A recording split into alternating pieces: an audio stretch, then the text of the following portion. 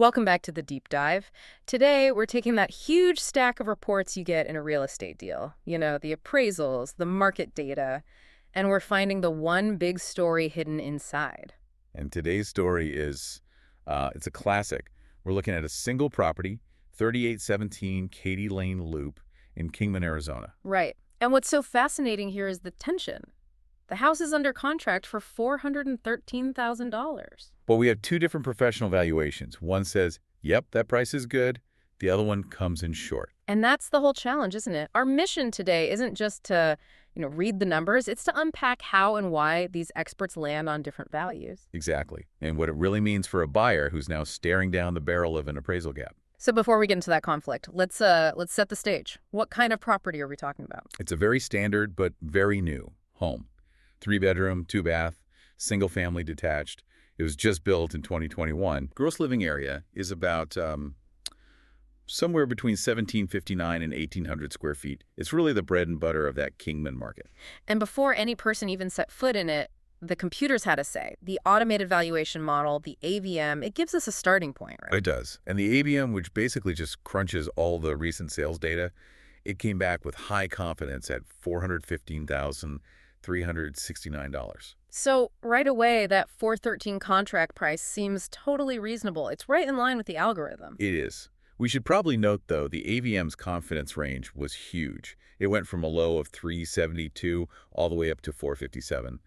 But yeah, the median number supports the offer. That range alone shows you how much wiggle room there is in valuation. The AVM also gives us a quick look at the rental side of things for any investors listening. Right. It estimated the monthly rent at $2,019. So the point is, the offer price, it wasn't some wild guess. It was totally in the ballpark. But AVMs don't sign off on mortgages. Licensed appraisers do. And that's the critical shift. When a licensed professional gets involved, they're using methods that go way deeper than just a big data average. So walk us through that. What are the core methodologies, the three pillars of property value? Yeah, it's so important for you as a buyer to get this because it really defines where the value comes from. There are three main approaches, but for a normal house like this one, almost all the weight falls on just one. The sales comparison approach. The sales comparison approach, the famous comps. Right. This is all about market evidence. You find recent, similar sales, and then you make dollar adjustments for any differences. A bigger yard, a newer kitchen. It's the most important pillar because it reflects what real buyers and sellers are actually doing. So if that's king for residential homes, why even have the other two? Well, the second pillar is the cost approach. The easiest way to think about it is what would it cost to rebuild this exact house from scratch today? Oh, okay. You value the land, you add the cost of all the materials and labor, and then you subtract any depreciation. Like figuring out what it costs to build your phone from all its parts. Exactly. It's really best for brand new construction or for unique buildings that don't sell often. Think a school or a fire station. And did they run that for this house? They did. The FHA appraisal notes the cost approach value came out to $408,678. It's not the final number, but it's a great sanity check. It kind of puts a ceiling on things. And pillar number 3? The income approach. And for this house, it's almost irrelevant. It's really for commercial properties, apartment buildings, where you're converting rent into value. So for our FHA appraisal, all three were considered. But the final opinion, it all comes down to the sales comparison approach. So that's the battleground for that $6,000 difference. But before we dig into the specific comps, we need context. We know the 413 contract was aggressive. So what was the Kingman market actually doing? This is the key. The data shows this really dramatic, really rapid acceleration just in the last few months. Give us the timeline on that. Okay, so if you look at the full year before the contract, the market was pretty stable, maybe even a slight buyer's market. Median sale price was around $390,000. Okay, $390,000. And critically, houses were sitting on the market for about 45 days. That gives you time to think, time to negotiate. 45 days feels like a lifetime in some markets. Yeah. What did the most recent 3 months look like? It turned into an absolute sprint. The analysis shows a rapid shift to a strong seller's market. The median sale price jumped all the way up to $415,000. Wow. So right there, that 413 offer is validated by the overall market trend. It is. But the more dramatic number was the speed. The average days on market it plummeted down to 18 days. 18. That means you get maybe one weekend to see a house, make a life-changing decision, and get a competitive offer in? That pressure has to push prices up. It absolutely does, Yeah. and we have the number to prove it. The most important metric for you to understand in a hot market like this is the sale-to-list ratio. For those last 3 months, it was 101.3%. So in plain English, what does that 101.3% actually mean? It means that, on average, houses were selling for 1.3% above their asking price. So if you offer list price, you are statistically going to lose. That buyer offering 413 was just playing the game. So the data validates the aggressiveness, but it doesn't guarantee the value. And this is where the risk comes in, right? The long-term forecast isn't exactly stellar. That's the catch. The area's 1-year risk of decline is rated as modest at about 33%, and the 3-year growth forecast is tiny, only 0.9%. That's what makes appraisers nervous. They're seeing a market that's maybe getting a little overheated. Exactly. Is this 413 price pushing the very top of the peak? Or maybe even a little past it? And that brings us right to the main event. The conflict. We have two valuations. Valuation A, which supported the contract price of 413, and then the formal FHA appraisal valuation B, which came in lower. At $407,000. A $6,000 difference, but a totally different philosophy behind it. Okay, so let's break down valuation A first, the one that supported the higher price. Valuation A was clearly driven by that market momentum we just talked about. It looked at comps that adjusted to around 407, 409, Yeah.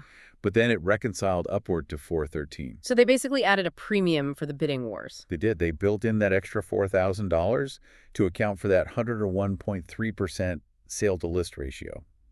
They said the market is actively bidding higher, so the value is higher. But the FHA appraiser, they didn't buy that. Valuation B came in hard at 407. Why were they so much more conservative? The FHA appraiser's job is to minimize risk for the lender, so they focus on pure objectivity. They use 6 comps, some higher, some lower, but they used a very specific weighting system. It's based on something called the gross adjustment percentage. Okay, let's stop there. Gross adjustment percentage. What is that and why does it matter so much? It's a measure of how reliable a comp is. I mean, think about it.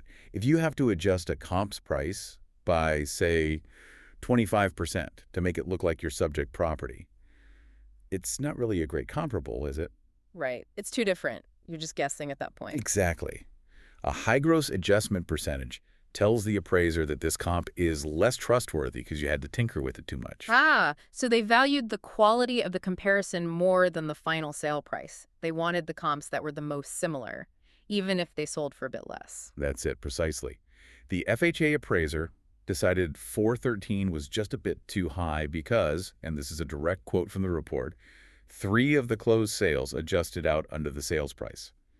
The final 407 number represents the tightest cluster of the most reliable comps. This just shows you the incredible power of those little dollar adjustments. They're what make or break the whole deal. What were some of the key adjustment factors they used here? This is where it gets really interesting because these numbers tell you what buyers in Kingman actually care about. First, living area. The analysis used a factor of $60 per square foot. Wow, $60 a foot. So if a comp was just 100 square feet smaller, its price gets adjusted up by $6,000. That's the hard value of one small room in that neighborhood. It is. But the most revealing one, for me, was the location adjustment. What was that? Well, if a comparable home was on a busy street, but our subject property was on a quiet cul-de-sac, they applied a premium of $15,000. $15,000 just for a quiet street. Plus $15,000. That is a massive adjustment, especially when our whole appraisal gap is only $6,000. It shows you that buyers are paying huge money just to get away from noise and traffic. That's a huge piece of intel for anyone selling a home in that area. It really is. And you also saw a $10,000 adjustment for condition. So if comp was just average, it got a plus $10,000 bump to match the subject's good updated condition. These are the numbers that decide everything. So let's pivot to the practical problem for the buyer. They signed a contract for $413. The official FHA value is $407. This is the $6,000 headache. This is the moment of truth. Lenders will only loan money based on the lower of the contract price or the appraised value. So the loan is based on 407. Correct. Which means if the buyer still wants the house for $413, they have to come up with that $6,000 difference in cash on top of their down payment. And we should just quickly note, the report mentioned some seller concessions, about $8,000. But the appraiser said that was normal for the area, so it wasn't the problem. Right. The concessions didn't cause the low value. The price itself was the issue. So the buyer's now left with basically four options. What's the first line of defense for them? They can challenge the appraisal. It's called a reconsideration of value. Their agent and lender have to find material error. Did the appraiser miss a brand new comp? Did they not give enough weight to that huge $15,000 cul-de-sac premium? Okay, so you can fight it. What's option two? Renegotiation. You go back to the seller and ask them to lower the price to the appraised value of 407. But in a market where things are selling for over list price, the seller probably has no reason to do that. Very little incentive, no. They know they could probably find another buyer who will just pay the difference. Which brings us to the most common option in a hot market. Covering the difference. The buyer just says, okay, I'll bring an extra $6,000 to closing. They do this when they love the house and they think the appraiser was just being too conservative. And then there's the escape hatch. The escape hatch. You use your appraisal contingency to walk away.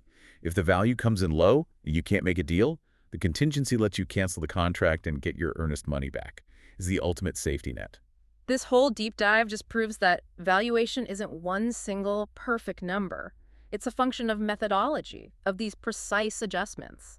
The $60 for a square foot, the $15,000 for a quiet street. And it's about how much weight you give to that crazy market momentum. Exactly. And at the end of the day, the appraisal's job is to be an objective check on that momentum.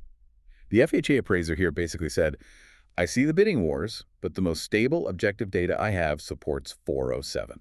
And here's the thought that I think is so interesting. The FHA appraiser's method prioritized the comps that needed the least adjustment because they were the most reliable. So that raises a really important question for anyone buying in a fast-moving market. When you're faced with conflicting data, is it better to rely on the adjusted average of many different sales? Or should you put all your faith in the raw data from the single most similar, least adjusted sale? What stands out to you?